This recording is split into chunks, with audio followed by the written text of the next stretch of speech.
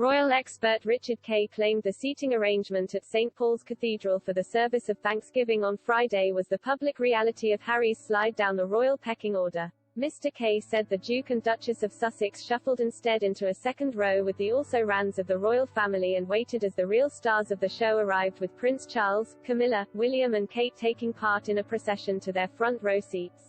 Writing in the Daily Mail, the royal expert said, "Nothing illustrated how the Sussexes' exile in California has upended their old world than the manner, and timing, of their arrival at St. Paul. As non-working royals, they are now very much in the second division." And although spared the indignity of sharing the coach that brought a clutch of minor royals who similarly do not do official duties, such as Princess Michael of Kent's son Lord Frederick Windsor, they were only just behind them. Mr. Kay added, "It was a painful 19 minutes before William and Kate arrived to take their seats." Meghan and Prince Harry starting to get nervous over couples' longevity in Hollywood. Meghan Markle and Prince Harry have begun to grow nervous over their longevity in Hollywood, according to former Vanity Fair editor Tina Brown.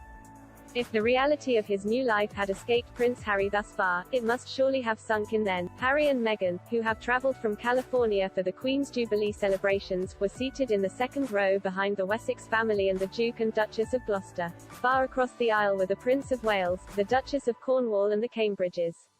The Sussexes had to squeeze past Princesses Beatrice and Eugenie and their husbands Edoardo Mapelli Mozzi and Jack Brooksbank, who were already seated, to get to their places. Working royals filled the front row chairs, meaning there was no place there for Harry and Meghan in the prime positions. However, the couple did make a solo procession after the rest of the royals and before Charles and William.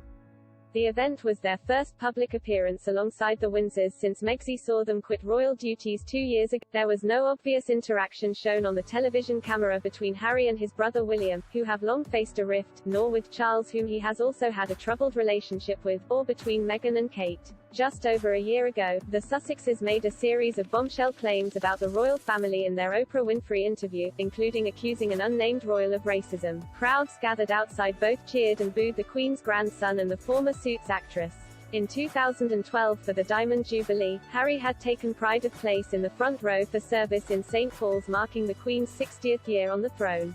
Much has changed since then, with Harry wedding Meghan in a spectacular royal wedding in 2018, followed by their troubled departure in 2020. The mass gathering of nearly 50 royals including Harry and Meghan was invited to a special celebratory reception at the Guildhall after the service.